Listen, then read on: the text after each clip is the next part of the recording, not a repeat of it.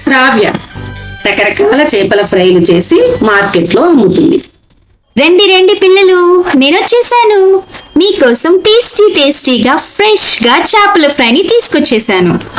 అలా శ్రావ్య ఫ్రై చేసిన చేపలను బుట్టలో వేసుకుని తీసుకొచ్చి వాటిని బండి మీద పేర్చుకొని ఆ బండిని బాగా రద్దీగా ఉన్న మార్కెట్లోకి తీసుకువెళ్లి తనదైన స్టైల్లో నవ్వు ముఖం పెట్టుకొని చాకచక్యంగా అందరితో మాట్లాడుతూ బండిని ఖాళీ చేసుకుని గాని ఇంటికి తిరిగి వెళ్ళదు. అలా ఒకరోజు శ్రావ్య చాలా తలనొప్పిగా ఉందక్క, ఈ రోజు త్వరగా ఇంటికి వెళ్తాను. టాబ్లెట్ అయితే వేసుకున్నాను, రేపటికల్లా తగ్గిపోవాలి. అయ్యో ఒళ్ళు కాలిపోతుందే, ఇంకా లేవలేదు. ఈవిడే శ్రావ్య మేనత్త రమణమ్మ. అయ్యో శ్రావ్య, ఏంటి ఒళ్ళు కాలిపోతుంది? జ్వరం బాగా ఉంది, టాబ్లెట్ వేసుకున్నావా? అత్త వేసుకున్నా, కానీ ఇంకా నీరసంగానే ఉంది. మరి హాస్పిటల్కి ఏమైనా వెళ్తామా? లేదత్త, మార్కెట్ కి వెళ్ళాలి. మార్కెట్ కి వెళ్ళకపోతే బిజినెస్ దెబ్బతింటుందత్త. అయ్యో నేను లేనాని, నేను నీ మేనత్తను, నువ్వు కోలుకునే వరకు నేనే చూసుకుంటాను.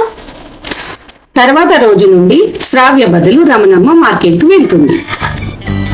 ఏంటో పిచ్చి పిల్ల, అంత చదువుకొని ఉద్యోగం ఏదైనా చేసుకోక ఈ చేపల వ్యాపారం చేస్తుంది. ఆ కార్తీక దీపం సీరియల్లో వంటల కళ తయారైంది. రండి మేడం రండి, చాలా చాలా వెరైటీస్ తెచ్చాను ఈ రోజు, చాలా చాలా టేస్టీగా ఉన్నాయి. అమ్మో ఎన్ని డబ్బులు వచ్చాయో, చాలా బాగా జరిగింది వాళ్ళ బిజినెస్. నా లక్కీ హ్యాండ్ అనుకుంటానా హ్యాండ్. అమ్మో ఈ విధంగానే చేస్తే చాలా చాలా సంపాదించొచ్చు, ఇంకా చాలా సరుకు తెస్తాను రేపు.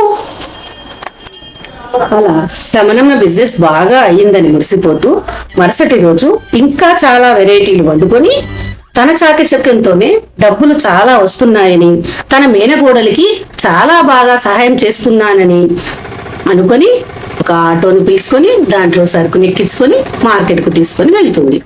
అలా ఆ మార్కెట్లోకి అడుగుపెట్టిన రమణమ్మ,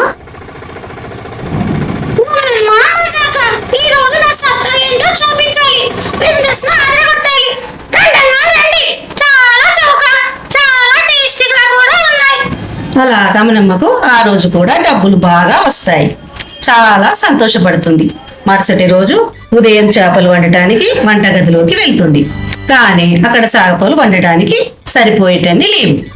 అయ్యో సరిపోయేది చేపలు లేవే. అలా చేపలను కొనడానికి మార్కెట్ కు వెళ్తుంది. చేపలు బేరం చేస్తుంది, కానీ చాలా ఎక్కువ రేటు పలకడంతో రమణమ్మకు మనసొప్పక చవకగా దొరికే ఓల్డ్ స్టాక్ చేపలను బేరం చేసి చాలా తక్కువ రేటుకు కొని తీసుకుంటుంది. చాలా చవకగా కొన్నాను, సగం లాభం మనకు ముందే వచ్చేసింది. ఇలానే చేసుకుంటూ పోతే చాలా లాభాలు వస్తాయి. అయినా నేను చేసేది ఎవరికి తెలుస్తుంది కనుక. అయినా ఇలాంటి నూనెలు, ఇలాంటి చేపలు, ఇలాంటి మసాలాలు వేస్తున్నాను ఎవరికి తెలుస్తుంది? సరుకుల్లో కాదు, వండే చేతుల్లో ఉంటుంది. అలా రమణమ్మ మనసులో అనుకుని వాటిని వండుకొని మార్కెట్ కు తీసుకెళ్తుంది. అక్కడ మార్కెట్ లో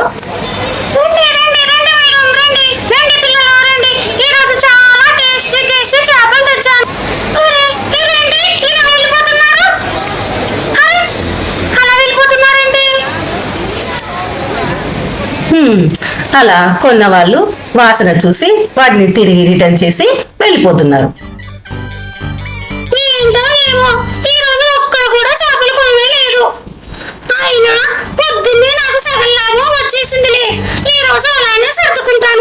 అలా మరుసటి రోజు అదే క్వాలిటీ చేపలను వండుకొని మార్కెట్ కు తీసుకుని వెళ్తుంది.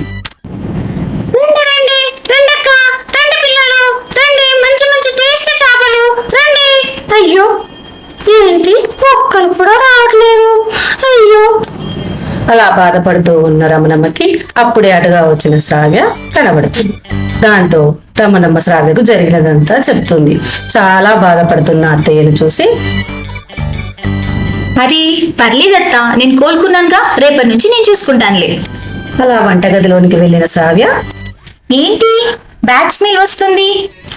అయ్యో అనుకొని ఆ చేపలనన్నీ బయట పారవేసి మళ్ళీ మార్కెట్కి వెళ్ళి మంచి ఫ్రెష్ చేపలను తీసుకొచ్చి మంచి ఆయిల్తో మంచి మసాలాలతో గుమగుమలతో వంట బాగా చేసుకొని ఈరోజు మార్కెట్లో ఇక మళ్ళీ నా వ్యాపారాన్ని వృద్ధిలోకి తీసుకొస్తానని అనుకుంటూ వాటిని తీసుకొని మళ్ళీ తెల్లవారి మార్కెట్కి వెళ్తుంది.